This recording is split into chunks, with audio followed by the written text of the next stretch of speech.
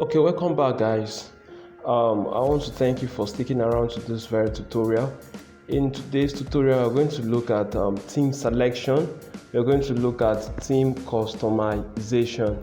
A WordPress theme is a group of files, graphic styles, sheets, and codes that dictates the overall appearance of your blog or website. So when we talk about WordPress theme, we're talking about graphics, style sheets, and code that dictates how our website should look like or would look like. So it's just like the theme that you do use on, let me say, maybe your phone or PowerPoint or somewhere. You download a theme for customization, probably to have a kind of look or to set your icons in a particular way.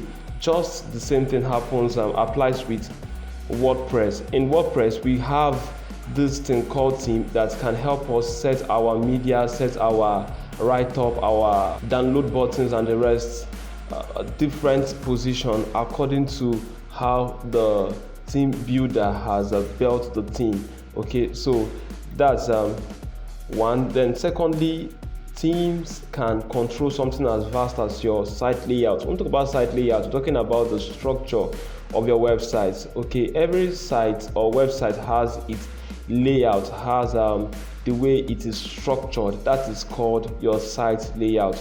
So it controls something as vast as your site layout, or something as minute as your hyperlink colors. When we talk about hyperlink colors, we're talking about the links that take you either to another page or another post within the same website or outside the website. So even something as small as that, your team can be in control of that. When we talk about responsiveness, the ability for websites to fit into different devices or different screen sizes. Okay, your team has so much to do with that. The way your website would look like on the phone and the way websites would look like on the system, your team is so much in control of that. Okay, so it is easy to think of a theme as a skin for your website, but they are much more powerful than that. Truly they are.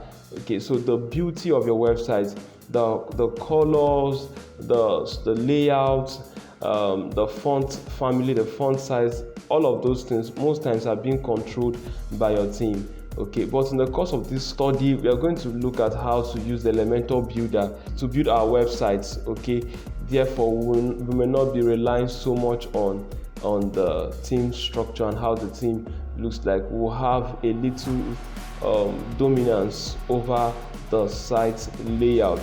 Okay, and that's the good thing with using Elementor builder. It gives you the opportunity to structure your website layout the way you would want to. So just stick around and see you in the next tutorial. Thank you.